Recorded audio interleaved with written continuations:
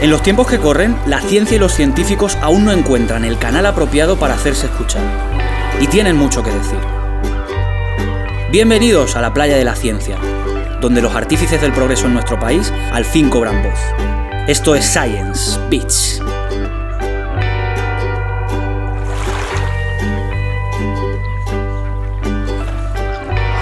Bienvenidos un día más a la playa de la ciencia. Hoy nos vamos a Francia, nos vamos a ir hasta Rennes, donde atiende esta llamada Dani García. ¿Qué tal, Dani?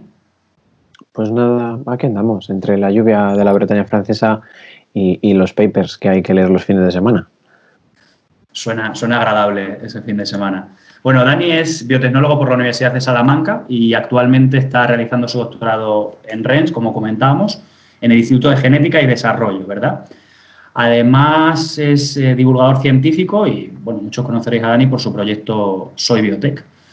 Aparte de esta brevísima reseña biográfica en unas frases, me gustaría, Dani, que fueses tú quien nos contase pues, un poco un resumen de cuál ha sido tu camino desde que decides estudiar biotecnología hasta este momento en el que estás realizando tu tesis cerquita, pero fuera de España. Bueno, pues yo empecé a estudiar biotecnología en 2014, creo, hace 5 años ya, y pues como empecé a estudiar biotecnología, como si empieza a estudiar cualquier otra cosa, ¿no? Al final era una carrera muy nueva que la gente no conocía y pues la verdad es que no recuerdo cómo me enteré de la biotecnología, probablemente pues de hablarlo con los amigos, de leerlo en alguna noticia y pues empiezas a tirar del cable, empiezas a ver de qué se trata pues esa carrera tan novedosa, ¿no? Y ves que tiene matemáticas, física, química, biología.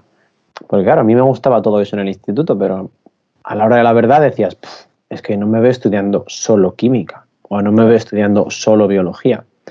Y yo veía la biotecnología como una manera de integrar todo eso. También es verdad que yo de pequeño quería ser científico. No sé yo si tenía mucha idea de lo que significaba ser científico. Pues Sí, ya te digo yo Hay una vocación ahí, al menos, aunque no tuviese forma definida, pero había una vocación científica, aunque no supiese la definición de científico totalmente, ¿no? Claro, yo creo que yo siempre he sido muy curioso, ¿no? Entonces, eso sí que encaja un poco con la parte científica, pero yo creo que a día de hoy ningún chaval de 16 años tiene ni idea de lo que es estar en un laboratorio y de lo que implica y de lo que es el trabajo como científico. Entonces, realmente por mucho, o sea, no es como si a lo mejor dices ser médico. Ser médico a lo mejor sí que es una profesión más vocacional en la que sí que nos imaginamos o tenemos un contacto más real con lo que puede llegar a ser la profesión, pero el científico yo creo que es totalmente distinto. Y eso, simplemente pues empecé biotecnología. Estuvo difícil entrar en biotecnología porque, bueno, ya sabéis, la gente que nos escuche sabrá que biotecnología es una de las carreras más solicitadas, que tiene muy pocos alumnos y, por tanto, pues las notas de corte suben. Entonces, por aquel entonces estaba por 12,5 o así y, pues, conforme fueron pasando las listas, fue bajando y yo entré en la tercera lista, ¿no? O sea, ya me imaginaba lo que iba a haber ahí. Y, básicamente, pues 40 compañeros súper inteligentes, súper trabajadores, bueno, unos más que otros. Y, claro, siempre hay diversidad. Claro, hay unos más trabajadores, unos más inteligentes y luego... Y pues poco a poco nos acabamos metiendo de lleno, ¿no? Empiezan las asignaturas, empiezan los exámenes, empiezan las fiestas de Salamanca y pues eso, de lleno en la vida universitaria. Y poco a poco empecé a darme cuenta que, bueno, que lo que era la teoría de la carrera se me quedaba corto, que no me motivaba lo suficiente. Yo siempre he sido muy estudioso, pero llegué a la carrera y la verdad es que era como chapar por chapar, que no le encontraba no me sale en español, un appealing, sí, también tampoco me sale la palabra. Un atractivo. Eso es, no lo encontraba atractivo per se, ¿no? Y entonces tenía ganas de estar en un laboratorio, tenía ganas de meter la cabeza y saber lo que era ser científico de verdad, porque en mi cabeza sonaba bien ser científico, entonces a ver si era verdad o no era verdad. Y entonces terminé primero de carrera y hablé con un profesor y le pregunté, oye, ¿conoces a alguien que estuviera dispuesto a acoger a un alumno que no tiene ni idea como yo. Y me dijo, bueno, pues eso es, un joven padawan inexperto e inocente. Y entonces pues tuve la suerte de que me pusieron en contacto con el por aquel entonces director del Instituto de Biología Funcional y Genómica, que es uno de los centros de investigación que hay en Salamanca. Y pues el director, que era Sergio Moreno, por aquel entonces me dijo, vale, tú ven cuando quieras. Tú nos escribes, hablas con la gente que está aquí haciendo el doctorado y nos organizamos para pues eso, pues irte enseñando cositas y tal. Y bueno, pues como te puedes imaginar, durante el curso pues tienes que estudiar. No te queda otra, entonces tampoco tienes mucho más tiempo. Y entonces yo en terminé segundo de carrera y en verano hice 3 semanas de prácticas. Entonces, 3 semanas de prácticas en un laboratorio, empezando a aprender sobre ciclo celular y estudios del ciclo celular en levaduras. Para mí era como, qué guay. O sea, puedo estar cacharreando en un laboratorio, puedo aprender lo que yo estaba estudiando en la carrera. O sea, cosas tan tontas como la segregación genética en una meiosis, que tú estudias en tu clase de genética, la ves realmente con tus placas de esporas de levaduras y dices, ¿esto tiene sentido? O hacer una PCR, o sea, es que no aprendes a hacer una PCR hasta que la haces de verdad, por mucho que te expliquen todo el concepto. Y obviamente ¿Sabes qué me parece muy bonito de eso, además? El hecho de hacer eso en ese momento, porque tu primer contacto con la ciencia no fue, por ejemplo, como el mío, que ya entras de lleno en una tesis y aparte de que te guste mucho hacer ciencia, que te guste investigar, tienes esa presión de que lo que estás haciendo se tiene que publicar y que le tienes que sacar un rendimiento a eso. Tú, sin embargo, estabas, pues eso sí que es vocacional, es decir, tú estabas en un laboratorio para aprender, para ver cómo se hacen las cosas, para ponerle, pues eso, una parte real, una parte práctica a la teoría que estabas estudiando. Entonces yo creo que eso es bastante bonito, así como lo cuentas. De hecho, yo creo que, yo lo noto ahora comparando con el doctorado, ¿no?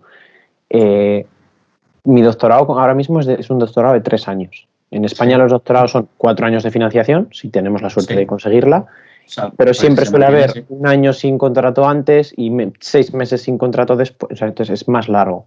Entonces yo ahora mismo siento la presión de eso, de lo que dices tú, de tener que publicar, de tener que sacar resultados adelante, y yo creo que se pierde un poco esa intención real de lo que significa el doctorado, ¿no? Que es aprender a ser científico.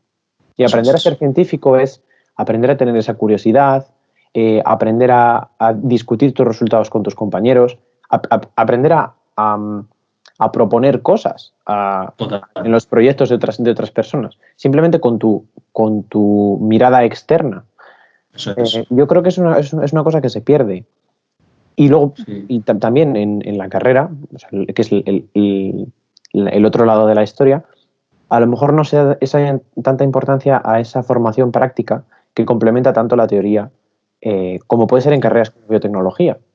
O sea, yo no pensaría en ningún momento que un abogado puede estar bien formado sin hacer prácticas sobre entender las leyes, sin asistir a juicios. Pues esto es lo mismo. O sea, yo no puedo entender una carrera de biotecnología sin una gran formación práctica para apoyar a la teoría. Pero también es verdad, pues bueno, que hay problemas económicos, problemas de números de profesores con respecto a los alumnos que no son problemas de nuestra carrera, son problemas del sistema educativo que tenemos. Pero bueno, no vamos a entrar en eso ya de lleno, que estábamos hablando de biotecnología. Bien. Retomamos, pero bueno, hay que dar el mensaje también. Retomamos, pero dejando el mensaje. Hay que invertir en educación y en ciencia. Totalmente. Entonces, nos habíamos quedado en el grado, empezabas en segundo de carrera ya con esa parte investigadora, asomándote al mundo de la investigación. Eso es. Entonces, yo estuve haciendo 3 meses prácticas en verano y esto era el año anterior a las prácticas oficiales de la carrera, que suelen ser en el verano de tercero. Entonces, yo durante tercero también estuve tocando en otro laboratorio, haciendo muchas PCRs. Era un laboratorio de diagnóstico, totalmente distinto, ¿no? En vez de hacer investigación básica, hacías investigación un poco más aplicada. Y después repetí otra vez otros 3 meses, o sea, otros 3 meses, no, 3 semanas en el laboratorio de Sergio Moreno, investigando ciclo celular en levaduras. Esta vez ya las prácticas curriculares, las que te dan créditos para la universidad. Las que la firman bien y todo queda ahí. Con las que te quitas asignaturas. Exacto. Las que Y entonces, encima de la mesa. Claro. Y que te dan nota también. Sí. ¿no? Claro, todo esto sin cobrar. O sea, al final no estás contribuyendo demasiado, Bueno, pero tampoco... pagando, de hecho. Pagando, porque las prácticas curriculares son curriculares. Estás pagando una Sí. asignatura. O sea, eso son... No recuerdo más o menos, pero eran como 25 euros por crédito, ¿no? Bueno, sí, algo así. Pues 120 euros que pagábamos por ir al laboratorio. Eso es. Y también, curiosamente, estuve haciendo un mes de prácticas en una cervecera artesana. Y me lo pasé muy bien y disfruté mucho. Y fui a una feria de la cerveza. Todo ello pagando a la universidad para que me convalidara los créditos. O sea, es el sueño de cualquier persona, tener una asignatura que sea sobre hacer cerveza. Y entonces pues fui viendo un poco lo que me gustaba. Y entre medias por ahí aparece la divulgación, que bueno, ya hablaremos más tarde de eso, pero era otra línea que me impulsaba un poco a seguir con la carrera y a seguir aprendiendo, y también esa parte de la divulgación, de enseñar lo que te gusta a otras personas. Entonces llegamos a cuarto de carrera, TFG, pues lógicamente llevaba 2 años, no 2 años literalmente, pero 2 cursos ya trabajando con un laboratorio, y dije, pues voy a seguir con ese laboratorio, porque estaba contento, había buen ambiente, se habían preocupado mucho por formarme y por enseñarme, y me gustaba. O sea, a ver, es que a mí me pones unos cacharros delante y me tienes conquistado. Y entonces acabé haciendo el trabajo fin de grado, que pues eso, básicamente una investigación durante todo el curso, con un proyecto que era prácticamente mío. No, o sea, yo no estaba unido a un doctorando que ayudándole con sus experimentos y él enseñándome, entonces era un poco más independiente. Y me lo pasé muy bien y me gustó muchísimo y disfruté realmente de poder investigar, y me pareció que mi trabajo se vio recompensado cuando yo tuve la nota del TFG, porque dije, es una de mis mejores notas durante la carrera, y para mí, o sea, yo sentía que la carrera era mucho más que tener una nota en química orgánica, una nota en genética. La carrera me había formado como científico y yo había demostrado que podía ser un buen científico por la investigación que había hecho, y mis profesores habían valorado eso en mi trabajo de fin de grado. Y dije, vale, creo que a día de hoy quiero ser científico y que puedo valer para esto. Entonces dices, vale, pues tengo que hacer un máster, tengo que especializarme. Y después de pensar pues muchas cosas, dije, creo que lo mejor es quedarme en Salamanca.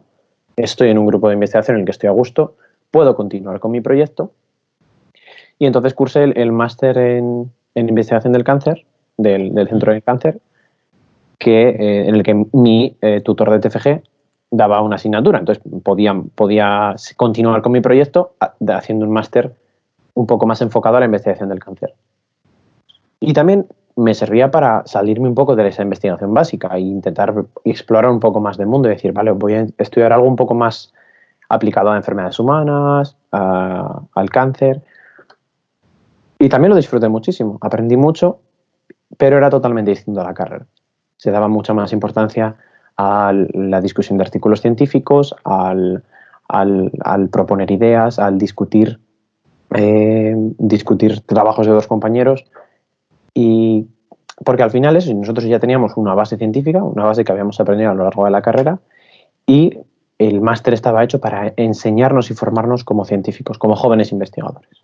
Y yo creo que eso es una cosa que estaba muy bien planteado en ese máster, porque la mitad de los créditos eran trabajo en el laboratorio y la otra mitad eran asignaturas. Entonces, al final, es un poco como podemos pensar el sistema americano de tesis doctorales, ¿no?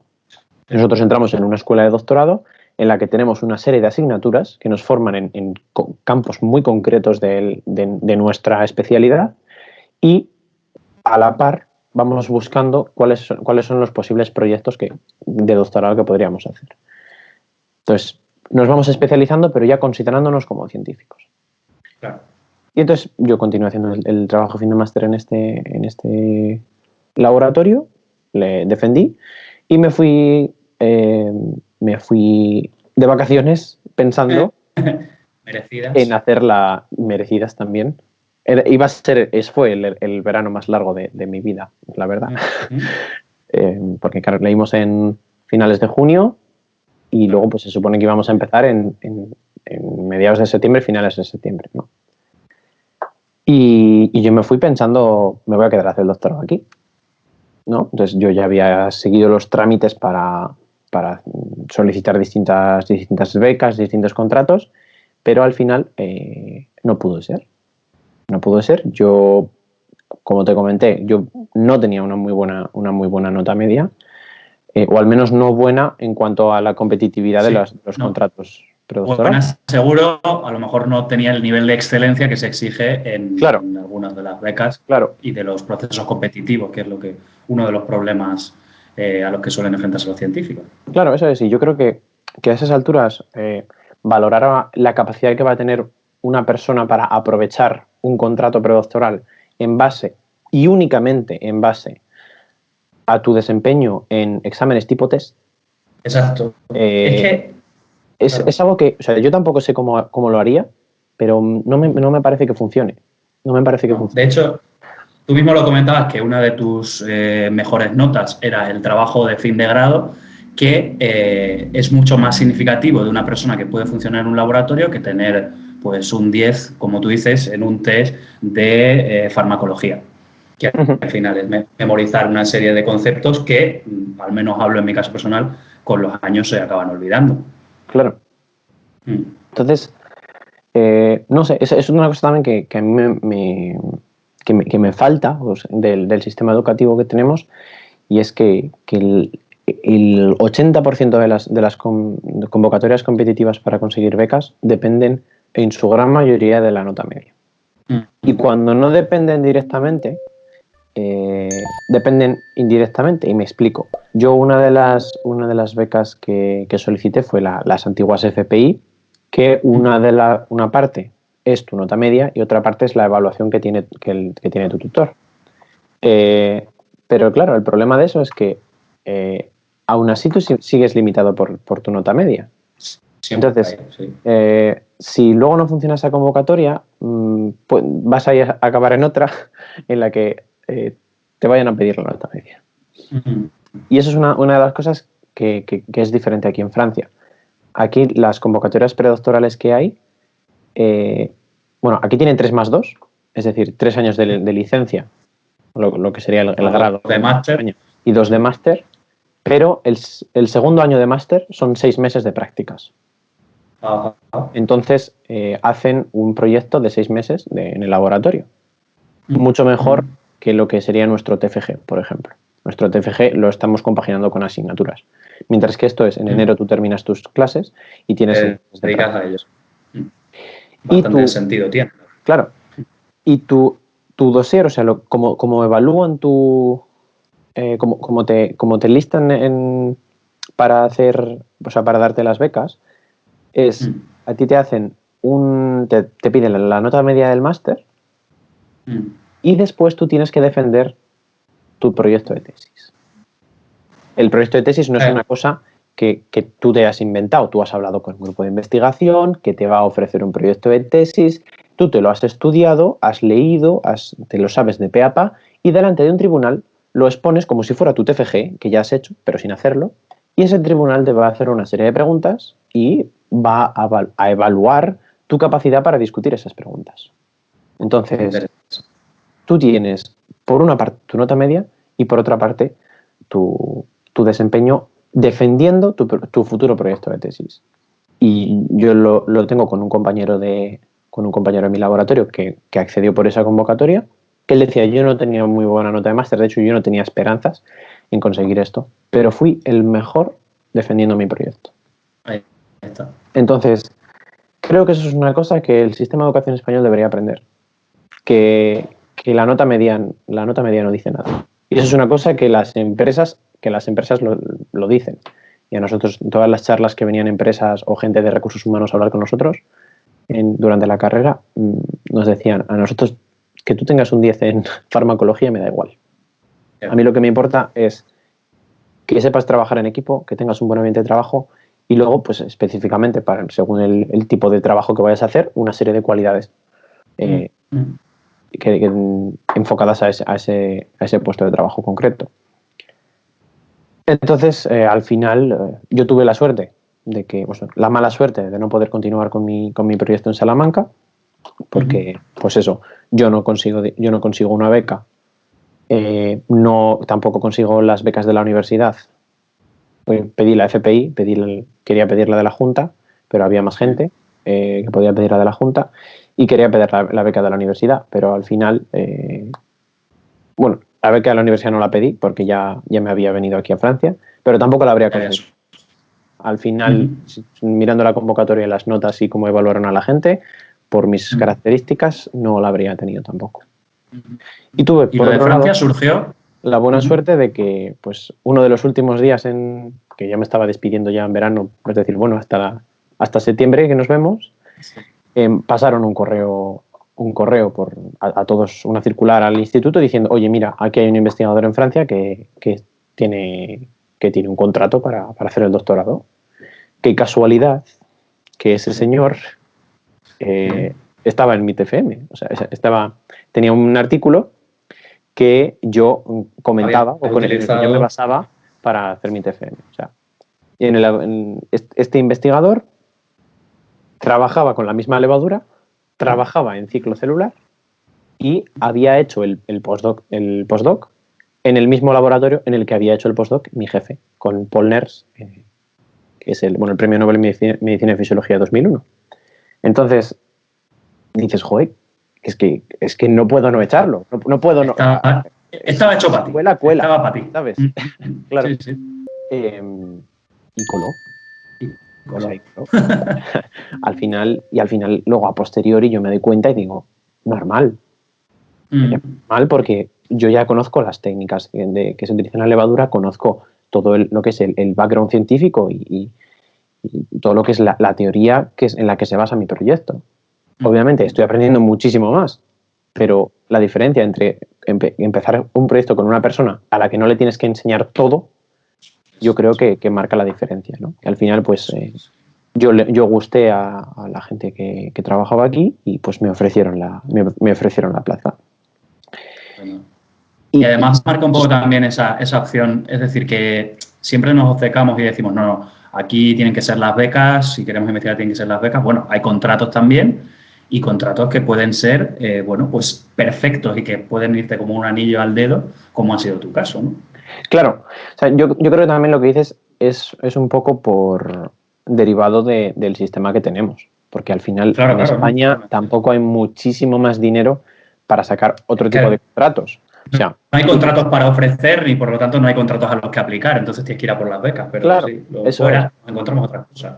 Para que la gente nos entienda, hablamos de becas a dinero que dan a un grupo de investigación para que te haga un contrato.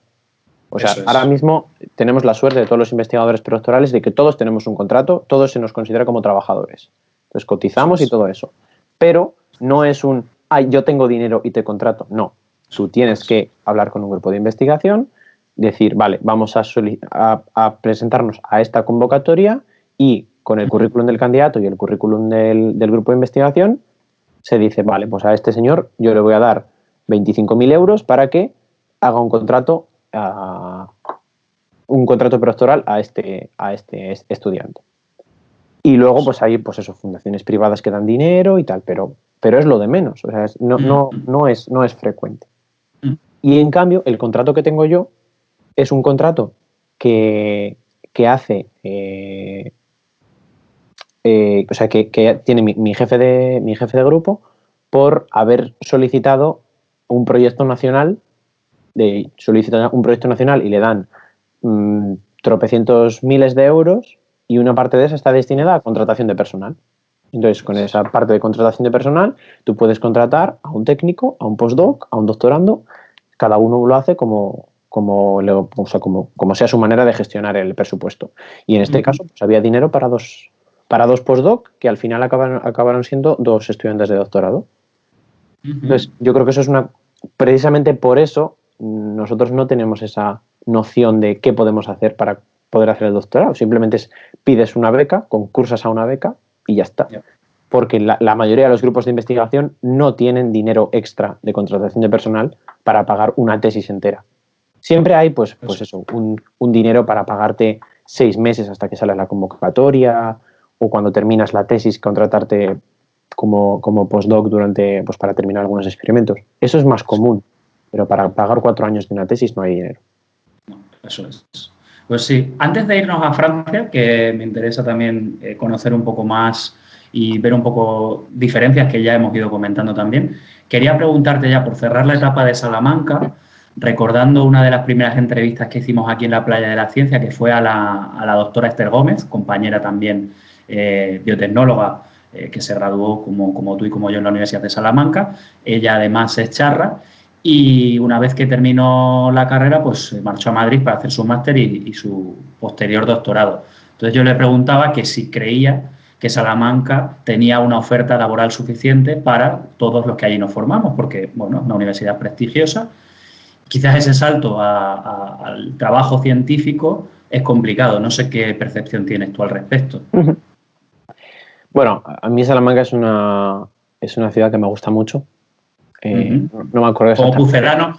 Como pucelano no tienes ahí una rencilla que soléis tener ahí los salmantinos y los pucelanos. Tú, a ti te gusta Salamanca, no te metes. No, yo para ello soy de Valladolid y ya está, pero yo a Salamanca le tengo mucho aprecio porque al final yo he vivido mis 5 años de vida estudiantil, los he vivido allí, he conocido a muchísima gente. Estuve los 5 años en el Colegio Mayor San Bartolomé y viví en un colegio mayor. Creo que es una experiencia increíble de la mano de tu experiencia universitaria, y a mí me habría encantado quedarme a hacer el doctorado allí, y de hecho, o sea, tenía alquilado un piso ya, o sea, yo me veía allí 5 años más haciendo el doctorado y no pudo ser. ¿Por qué? Pues por una parte, pues simplemente por el sistema en general que tenemos. Pero por otra parte, la Universidad de Salamanca, pues sí, tiene sus becas.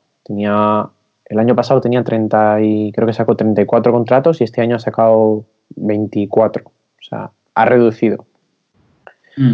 Pero es claro, tenemos que tener en cuenta que la Universidad de Salamanca es una universidad muy antigua, muy prestigiosa, y que además, cuando nosotros en la carrera nos educan, lo que es paralelamente a los conocimientos que nos dan, nos enfocan mucho a la academia. Sí. Y yo creo que es un error enfocar a tus alumnos a la academia si luego la academia no es capaz de acoger a esos alumnos. Porque sí, o sea, nosotros siempre criticamos el tema de la endogamia en la universidad, ¿no? Es que yo he hecho la carrera allí, el doctorado allí, luego me he ido 4 años y luego he vuelto a concursar a una plaza y soy mi profesor allí. Vale, a lo mejor eso no está bien. O no está bien que se dé prioridad simplemente por conocer a la persona, ¿no? O que haya estudiado allí. Pero, o sea, ¿en qué momento se nos ocurre invertir nuestro dinero y nuestros impuestos en formar a 40 biotecnólogos, de los cuales 20 quieren hacer el doctorado y de los cuales 5 se quedan en Salamanca? O sea, no le veo mucho el sentido, y es lo de siempre, ¿no? O sea, formamos de manera gratuita para que vengan los alemanes y se queden con nuestra mano de obra. La gente no se da cuenta. Es que la gente no se da cuenta. Yo no lo entiendo. Y es que, claro, es que en el extranjero, o sea, lo decían mis jefes, es que no encontramos a candidatos buenos. No los encontramos. No sabemos dónde están, no sabemos buscarlos tampoco. Y estoy seguro de que en España hay mucha gente que dice, es que no encuentro un laboratorio que me quiera para hacer el doctorado. Y mi mensaje no es para nada mirad, chicos, tenéis que buscaros la vida en el extranjero. No, porque ojalá no tuviera que ser así. Creo que es una experiencia maravillosa, creo que se aprende mucho como científico y como persona, pero nuestro sistema educativo nos enfoca a la academia y luego nos tira, nos pega una patada en el culo y nos dice, búscate la vida fuera, porque en la academia no tienes un sitio. Porque aquí ya no hay hueco. Claro. Es verdad. Entonces, hay muchos gráficos, ¿no?, de estos de cuántas personas empiezan el doctorado y cuántas personas terminan como jefe de grupo, ¿no? o con una plaza estable y fija, sí. Eso es. Es que es el 0,05%. Es que es asusta. Una bestialidad. Es una Claro, yo es lo que te decía, yo de pequeño quería ser científico. Yo en segundo de carrera, cuando estaba haciendo prácticas, quería ser científico. Yo ahora estoy haciendo el doctorado y quiero ser científico. A lo mejor termino el doctorado, leo la tesis y digo, paso porque son no cifras, quiero... sí, son cifras que arruinan vocaciones, desde luego. Es así. La estabilidad es algo prácticamente utópico, al menos en la situación actual. Claro. Y en Francia, ¿cómo lo estás viviendo todo? Bueno, quería preguntarte, por curiosidad también, ¿cómo se ha gestionado toda la crisis COVID-19? Y también, aunque como ya digo, ya has mencionado algunas diferencias que tú has visto entre la investigación en Francia y en España, porque, bueno, pues tú tienes ese punto de vista en el que puedes comparar con tu experiencia personal. Bueno, pues lo primero, la crisis de la COVID ha sido una pasada. O sea, nos ha afectado a todos y yo creo que, bueno, a nivel de números, Francia y España van un poco a la par. El día que Pedro Sánchez anunció el estado de alarma, no sé si fue un jueves o un viernes, yo estaba diseccionando tétradas de levadura. Y con las manos en la masa. Sí, estaba ahí y me acuerdo porque es el único sitio en el que podemos ponernos auriculares, porque en el resto pues puede ser peligroso o lo que sea, pero ahí como estás en un microscopio pequeñito en una esquina y dije, uy, voy a ver esto. Y era una rueda de prensa de Pedro Sánchez diciendo, oye chicos, esto es una movida. O sea, lo dijo mejor y tal, pero básicamente ese era el mensaje. Era ese. Ese era el mensaje. Entonces, creo que ese sábado empezaba el estado de alarma, pero luego se ratificaba el lunes o algo así. Pues justo ese mismo día, aquí Macron había decidido cerrar todas las instituciones educativas, o sea, universidades, institutos, colegios y infantil, y guardería. Y eso fue como un jueves, y luego el martes siguiente empezó ya todo. Entonces, a mediodía se instauraba el confinamiento y para poder salir de tu casa tenías que llevar un papel firmado en el que tenías como unas checkbox para decir voy al trabajo, voy a hacer compras de primera necesidad o voy a atender a personas a mi cargo. Y luego sí que es verdad que fueron flexibilizando un poco más. Nosotros podíamos salir a hacer actividad física 1 hora al día. Pero tenías que firmar en el papel a qué hora habías salido de tu casa y tal. Entonces, con actividad física podía ser irte a correr o ir a dar un paseo. ¿No? Entonces, eso sí que podíamos salir a la calle. O sea, no estábamos en nuestra casa, pero obviamente a mí tampoco me apetecía llegar y darme un paseo, pues por el hecho de darme un paseo y encontrarme con cualquiera y pillarme el virus, lógicamente. O sea, dentro de la responsabilidad de cada uno, pues cada uno cogía sus derechos como podía. Y pues nada, el laboratorio cerrado.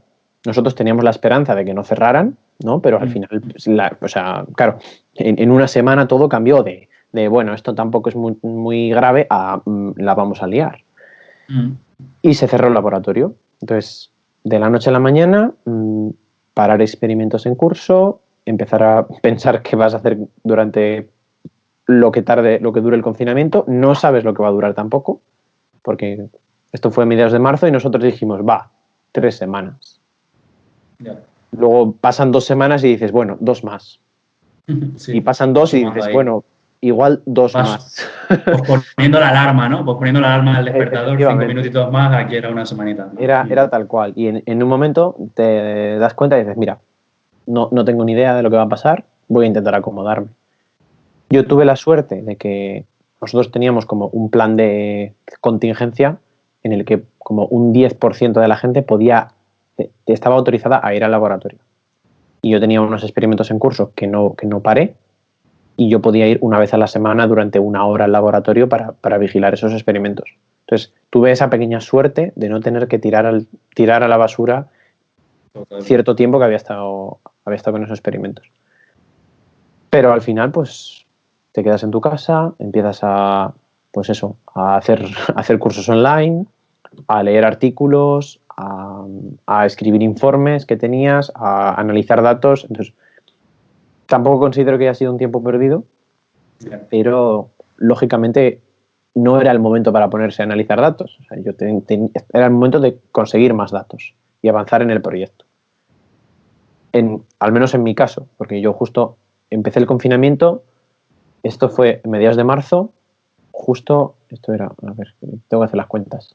Yo empecé en octubre, noviembre, diciembre, enero, febrero, marzo. Justo empecé el confinamiento llevando 5 meses de tesis. O sea, era una tesis en pañales. Sí. Pues que si optimizando una técnica, tal cual, al final no tenía nada.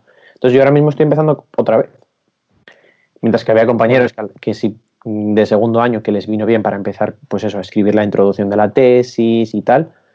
Yo estaba un poco que, bueno, pues intentas aprovechar el tiempo, pero no es ideal. Y ahora es todo lo contrario. Ahora es recuperando la carrera, trabajando muchas horas de más, estando muy cansado e intentando sacar las cosas. Teniendo en cuenta que llega el verano y te apetece volver a tu casa, te apetece ver a tu familia, te apetece descansar, pero si no sacas el proyecto adelante, es que en una tesis de 3 años ya hemos perdido 2 meses. Si me voy ahora 2 semanas de vacaciones, es que empiezas a restar tiempo de tesis y te quedas a 2 velas. Entonces, eso. Y en cuanto a la gestión, pues más o menos ha sido bastante parecido, ¿no? O sea, pues países vecinos y la gestión ha sido muy parecida, los casos han sido más o menos, los números, como decía, más o menos han sido muy parejos. Sí.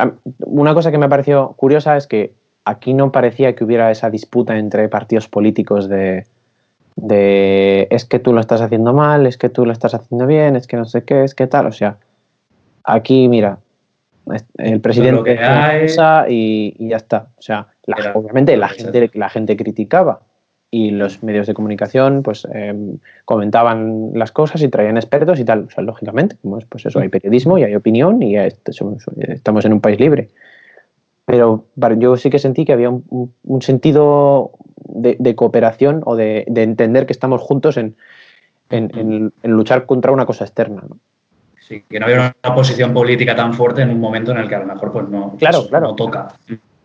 Que parecía que había que entenderse las diferencias y bueno, o sea, que tú puedes, o sea, como presidente del gobierno, licenciado en economía, o sea, no sé exactamente, pero es que no tienes ni idea de esto. Es que nadie en el mundo, no me creo que exista alguien que supiera al 100% cómo manejar esto. Por eso te puedes equivocar. Entonces, al final, pues haces lo que puedes. Y ha salido así, pues ha salido así. Y obviamente habrá cosas que se habrán hecho bien y que se habrán hecho mal. Y habrá cosas que tu país vecino haya hecho mejor que tú y cosas que tú hayas hecho mejor que tu país vecino. Pero bueno, es que es así y tenemos que desde la responsabilidad personal, individual, acatar lo que nos digan desde arriba. O al menos esa es mi opinión personal. Así es. Y en temas de investigación, Francia, España, tú ahora mismo, bueno, no te voy a decir que elijas, pero además de esas diferencias en los procesos de selección, ¿un laboratorio de Francia lo ves muy diferente a lo que experimentaste en Salamanca? ¿La forma de trabajar? Yo creo que, o sea, en general es bastante parecido. Sí que hay, pues eso, algunas diferencias estructurales. O sea, por ejemplo, la primera, el CNRS, que es el Consejo Nacional de Investigaciones Científicas de Francia, que es como el homólogo al CSIC, es la institución de investigación básica más grande de Europa. Y además, en Francia hay otras instituciones de investigación, o sea, instituciones a nivel nacional, instituciones de medio ambiente, instituciones de biomedicina, de salud, ¿no? Entonces, te das cuenta que aquí hay mucha más investigación, mucho más dinero también. Y luego, por otra parte, pues eso, están las universidades que tienen, pues eso, convenios con estos consejos para formar doctores, por ejemplo. Yo, en mi caso, a mí me paga el consejo, pero yo soy alumno de la Universidad de Rennes. Pues como habría sido en Salamanca, realmente me pagaría el CSIC y sería alumno de doctorado de la universidad. Entonces, en ese sentido funciona muy parecido. Y luego otra cosa que también he notado es que hay bastantes más posiciones permanentes aquí. O hay distintos niveles y es más fácil Sí. o menos imposible acceder a posiciones permanentes de investigación. ¿Se Porque- estabilizan más jóvenes, tú crees? O sea, porque claro, es que aquí ya la edad media de estabilización se está yendo muy avanzada. No sé si allí en Francia ves que haya jefes jóvenes. Exactamente no me doy cuenta. O sea, por ejemplo, te doy la impresión de mis jefes. Mis Caso. jefes tendrán 40 y alguno. Bueno, Espero que no vean el vídeo y se ofendan, pero mis jefes tendrán 40 y alguno. O sea, somos dos grupos y está bien. yo creo que llevarán unos casi 10 años. Y son jefes de grupo. O sea, para ellos han sido un poco jóvenes. Pero también es Son verdad jóvenes. que no es lo típico. Son No es- top, son jóvenes, pero son top. O sea, es la impresión que me da, ¿no? O sea, los dos estuvieron haciendo el doctorado en un laboratorio de un premio Nobel, o sea, el postdoc en un laboratorio de un premio Nobel en Nueva York. No es gente muy típica. Ya. Entonces, no me gustaría comparar España con mi laboratorio porque considero que es gente muy... no es el patrón, no es lo normal. Sí, sí. No es una muestra representativa de lo que puede ser toda la investigación. Efectivamente. Pero, por ejemplo, si yo ahora mismo miro el centro de investigación en el que estoy, no sé exactamente cuándo se han estabilizado los jefes, pero sí que hay mucha gente permanente. Tenemos técnicos, asistente de ingeniero, o sea, aquí los ingenieros aquí no son ingenieros como pensamos el ingeniero español, ¿no? Es una posición específica que es como ayudante de la investigación, como un postdoc permanente, por así decirlo.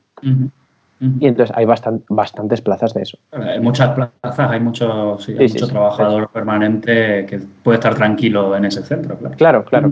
Luego otra cosa son las condiciones, ¿no? Ya. Que hay muchas movidas con el tema del dinero, ¿no? De quién cobra más, quién cobra menos. También porque, lo comentaba yo con mi jefe, que dependiendo de los años de antigüedad que lleves, puedes cobrar más o menos. Entonces, que hay puestos de más responsabilidad que cobran menos que gente que tiene menos responsabilidad pero más años. Entonces hay disputas y todo. Ya. Pero bueno, eso pues, son Siempre las pequeñas cosas, ¿no? Pero así, en líneas generales, comparando el sistema español y el sistema francés hay más instituciones, por tanto hay más personal y más dinero. Y yo creo que es más fácil estabilizarse aquí. Al menos en posiciones, ya no sé si como jefe, pero en posiciones permanentes no de excelencia, vamos a llamar, ¿no? Porque siempre hablamos de eso, ¿no? De que queremos una ciencia, buscamos la excelencia en la ciencia, pero no nos damos cuenta que el técnico que trabaja también es científico. Eso es. Entonces, claro, ahí empiezas a pensar, ciencia, hay más dinero aquí, hay más posibilidades aquí, ¿qué hago? Ya. Ahí está esa opción y además está cerquita, países vecinos, o sea, para que alguno también le dé vueltas. Antes de hacerte la última pregunta, la pregunta de tus sueños, quería que nos hablases también un poco brevemente de tu proyecto Soy Biotech, que muchos lo conocerán.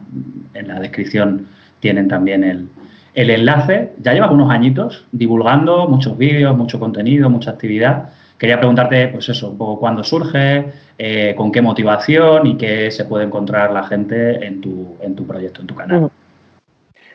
Pues, ¿cuándo surge? Ya no te sé decir las fechas, ¿no? Pero, pues, surge de una cosa muy estúpida. Y es que dije, si yo tuviera un blog, ¿cómo lo llamaría? Y digo, a ver, estuve pensando y les pregunté a mis compañeros, a mis amigos de la carrera. Y empezamos a hacer lluvia de ideas de nombres así. Y dije, Soy Biotech, suena bien. Soybiotech.es, suena bien. Y dije, bueno, pues no me cuesta nada comprarme el dominio y hacerme una cuenta de Twitter. Y empezó con eso, básicamente. A mí me gusta mucho, a mí me gustaría ser profesor y me gusta mucho todo lo que tiene que ver con la docencia, con enseñar y con aprender, sobre todo, ¿no? Y veía Soy Biotech, veía la divulgación sin tener ni idea de lo que era la divulgación. como una oportunidad de eso, pues hacer tus chistes, tus memes y contar tus cosas que te gustan de tu trabajo o de tu carrera a gente que a lo mejor no tiene mucha idea. Y pues empecé poquito a poquito, pues eso, escribiendo algún artículo en el blog, escribiendo algún tweet o algún hilo y pues yo creo que fue un poco cuestión de suerte, ¿no? De que las cosas fueron ocurriendo cuando tenían que ocurrir. Yo un día estaba en la cola de la ITV con mi padre y dije, bueno, pues voy a escribir un hilo sobre inmunoterapia porque me apetece, porque había habido una noticia de que habían conseguido hacer una inmunoterapia en ratones que eliminaba todo el rastro de cáncer, ¿no? Pues se hizo viral. Lo compartió la vecina rubia y se hizo viral. Y entonces, bueno. Claro, sí, o sea, yo flipando, yo tenía 300 seguidores. O sea, yo había llegado de 300 seguidores en enero de ese año y pues de repente pasé de 300 a 1800 en un día. O sea, en un fin de semana. Y fue como, claro, 1800 seguidores en ese momento y dices, ¡buah, qué pasada! Ahora tengo 7.000. Ahora tengo 7.000 y dices, pero multiplicaste por 6. Sí, o sea, una pasada y empiezas a decir, oye, pues parece que a la gente le gusta esto, ¿no? Y nunca lo haces por los números, porque yo no como de la divulgación. Yo ahora mismo tengo un sueldo de investigación y yo tengo claro que tengo que trabajar mis 7 horas de contrato más lo que haya que echarle y en el tiempo libre pues porque te gusta aprender, te gusta leer noticias interesantes y te gusta pues eso, enseñarlo. Pero obviamente en el momento que ves que empiezas a ganar números y que a la gente le interesa, es una motivación extra de que ves que tu contenido lo consume la gente y lo ve, porque hay veces que dices, ¿para qué voy a hacer un vídeo si solo lo voy a ver yo, mi madre y mi mejor amigo? Y las amigas de mi madre, o los amigos de mi madre o compañeros de trabajo, porque se lo enseña, que ella es muy fan. Ahí va llegando también visitas, sí. Claro. Entonces empiezas a currar, empiezas a tener ideas, a buscar otras cosas y en un momento dado llego a YouTube y empiezo a hacer vídeos de YouTube. Y esa es la cara visible, pero lo que la gente no sabe es que yo empecé a dar charlas en la Asociación de Biotecnología desde el primer curso de la carrera, que empezamos a participar en talleres con niños, que empezamos a hacer cosas así, y esa es otra cara de la divulgación, ¿no? Y es una cosa que me gustaba mucho y que al final pues no se ve en Soy Biotech, pero es otra motivación que hay de ese lado. Y pues al final hasta aquí hemos llegado. O sea, ahora sí que es verdad que tengo menos tiempo con el doctorado, y en esta época ha sido un poco duro porque retomar el trabajo te consume mucho tiempo y mucha energía, sobre todo, porque como hablábamos antes, yo llego el fin de semana y necesito descansar. Entonces, sí. No, tampoco tienes esa motivación o esa energía para ponerte a leer un paper para poder hacer un vídeo, porque también tienes tus 35 papers que no has leído para tu tesis. Exacto. Sí. Entonces, pero básicamente eso, Soy Biotech es un sitio o un proyecto en el que yo intento hablar de biotecnología interesando a la gente como desde mi punto de vista, ¿no? O sea, no sé si lo hago bien o si lo hago mal, no sé si a la gente le gusta o no le gusta, pero es mi manera de hablar de una cosa que me encanta, que es aprender todo lo que tiene que ver con la biología, con la biotecnología, con la bioinformática, y en función de el tiempo que tenga y las ganas, pues el formato será un tweet, un meme, un hilo de Twitter o un vídeo de YouTube o una charla. Exacto. Y esa es la libertad que tú tienes además como divulgador. Es decir, pues tú tienes tu tiempo, te organizarás. Como tú dices, no es lo que te da de comer, con lo cual estás atado a unas normas y a unas presiones a las que tengas que responder. Y bueno, al final un poco eso también se refleja en el resultado, que tú divulgas cuando puedes y cuando sientes que debes hacerlo porque tienes ganas y porque tienes tiempo. Así claro. Es. Y yo creo que es totalmente distinto a algunos otros compañeros de divulgación, ya sea en el tema de biología o otras disciplinas, que son gente que sí que se dedican a ello, ¿no? Que a lo mejor es un poco más, pues eso, es totalmente un trabajo, ¿no? 100% enfocado. Entonces, la dinámica en la que tú creas tu contenido y es totalmente distinta. Eso es. Alguna vez sí que lo piensas, ¿no? Y dices, hostia, ¿y si yo me dedicara 100% a esto? Pero yo a día de hoy sé que no veo un futuro sin trabajo de pollata. Sí. Pues es una cosa que me encantaría poder dedicar muchísimo más tiempo a la divulgación. Si los días tuvieran 36 horas o si yo pudiera dormir 4 horas y estuviera 100% descansado al día siguiente, me encantaría hacer mucha más divulgación. Pero soy consciente de que a día de hoy, si yo quiero perseguir mi carrera como científico, tengo que currar como científico y la divulgación tiene que ser algo que me motive pues, como hobby, ¿no? Exacto.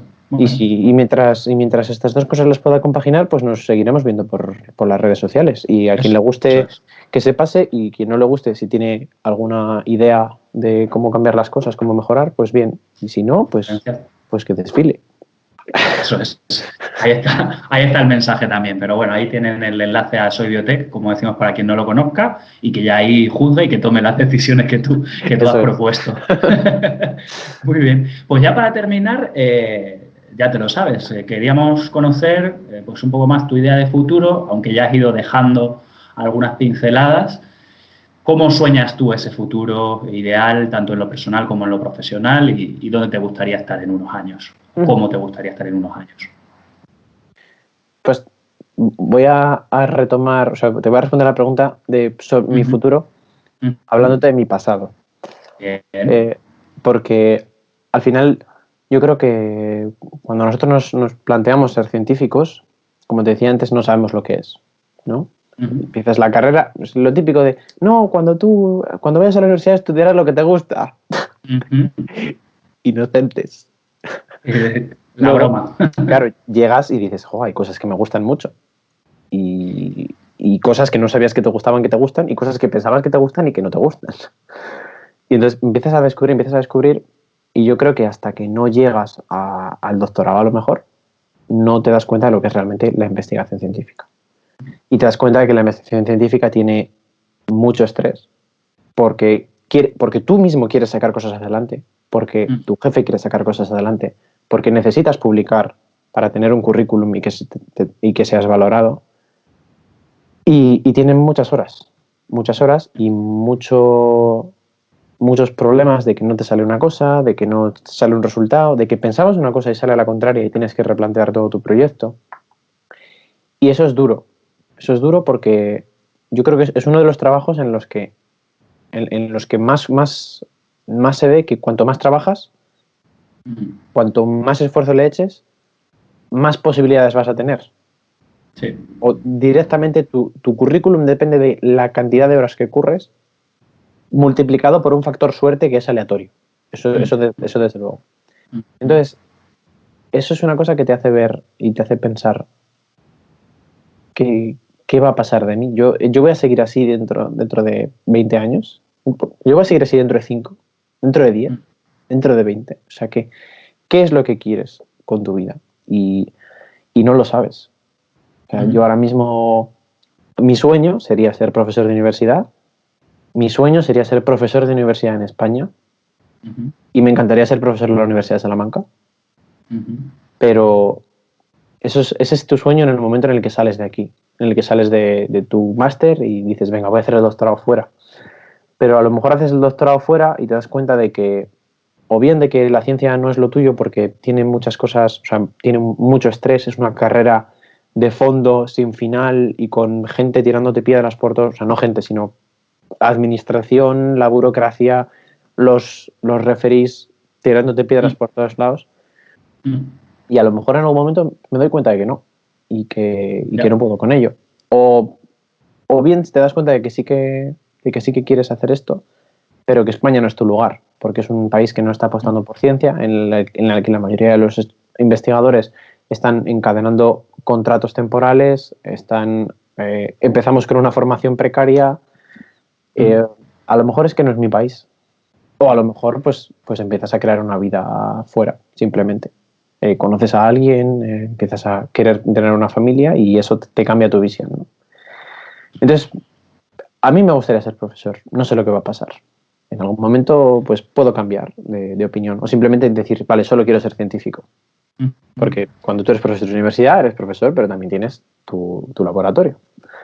Eso es. Entonces, eso sería lo ideal. Eso sería lo que a mí ahora mismo me motiva a seguir, pues eso, currando en el laboratorio. Pero es que es una cosa tan lejana que a saber.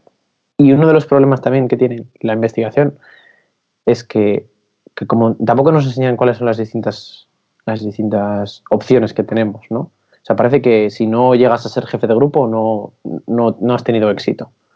Porque es lo único que apuntamos. Pero es que luego tú en el doctorado no aprendes a ser jefe de grupo.